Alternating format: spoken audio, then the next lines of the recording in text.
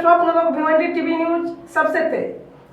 हमारे चैनल को देखने के लिए लाइक करें, शेयर करें और सब्सक्राइब करें और देखिए आज की ताजा तरीन।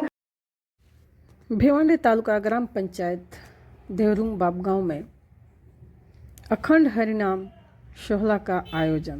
हम आपको बता दें कि ग्रंथ राज ज्ञानेश्वरी के सार्थ वाचन श्री विठल रखुमाई मंदिर पे चल रहा है और 47वां साल जो है इस साल अखंड हरिनाम शोहला का आयोजन हुआ है। और इसी में जो आप देख रहे हैं पालकी का आयोजन हुआ है, जहाँ पे सारे गांव वाले उपस्थित हैं, ज्येष्ठ श्रेष्ठ मंडली और बुआ लोग जो कि कीर्तन भजन करते हुए आपको नज़र आ रहे हैं।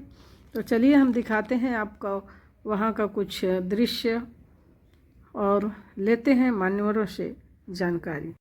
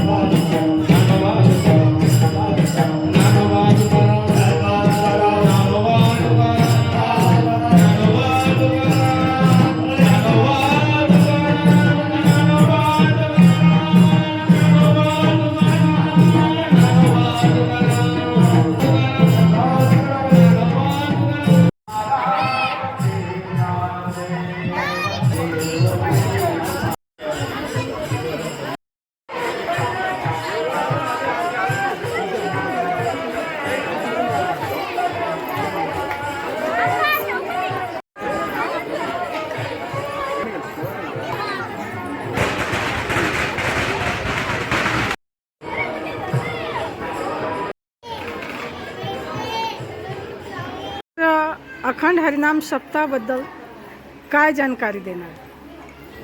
आमच्या गावात श्री विठ्ठल रखुमाई मंदिर म्हणजे देवरुंग इथे अखंड हरिनाम सप्ताह दरवर्षी या सप्ताहाला आज रोजी 47वं वर्ष चालू आहे। या सप्ताहामध्ये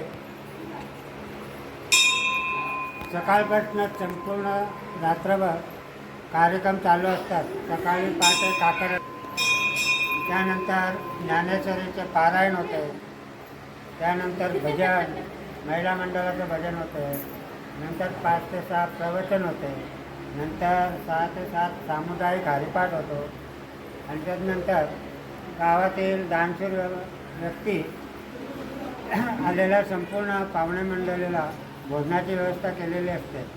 भोजन झाल्यानंतर